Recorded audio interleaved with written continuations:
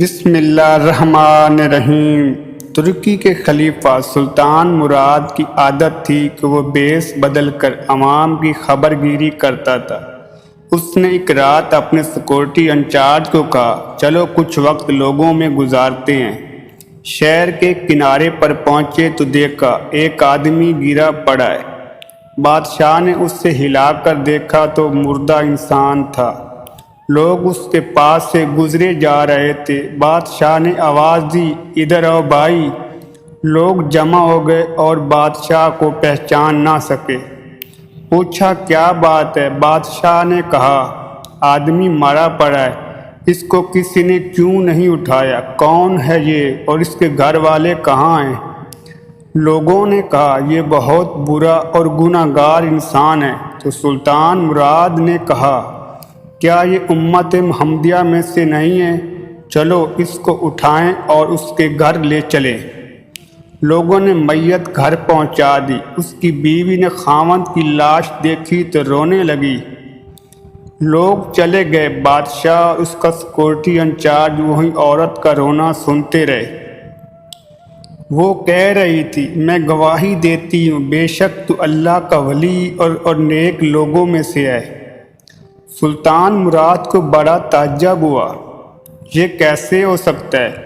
لوگ تو اس کے بارے میں الگ الگ سے باتیں کر رہے تھے، اس کی میت کو ہاتھ لگانے کو بھی تیار نہ تھے۔ اس کی بیوی نے کہا مجھے بھی لوگوں سے یہی توقع تھی۔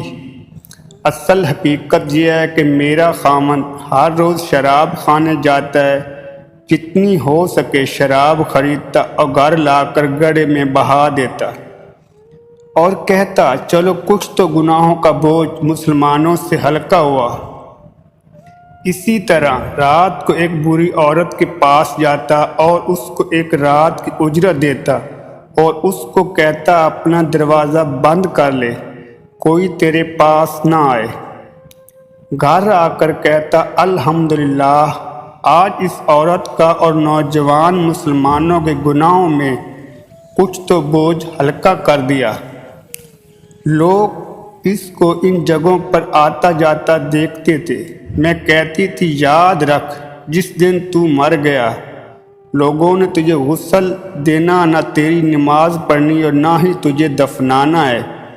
وہ مسکرا دیتا اور مجھ سے کہتا گھبرا مت، تو دیکھے گی میرا جنازہ وقت کا بادشاہ اور علماء کرام پڑھیں گے۔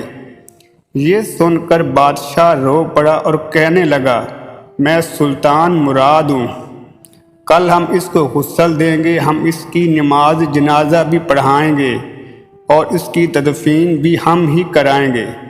چنانچہ اس کا جنازہ بادشاہ، علماء کرام اور کثیر عوام نے پڑھا۔ آج ہم بغیر کچھ دیکھ کر یہ محض دوسروں سے سن کر اہم فیصلے کر بیٹھتے ہیں۔ اگر ہم دوسروں کے دلوں کے بھید جان جائیں تو ہماری زبانیں گونگی ہو جائیں گی۔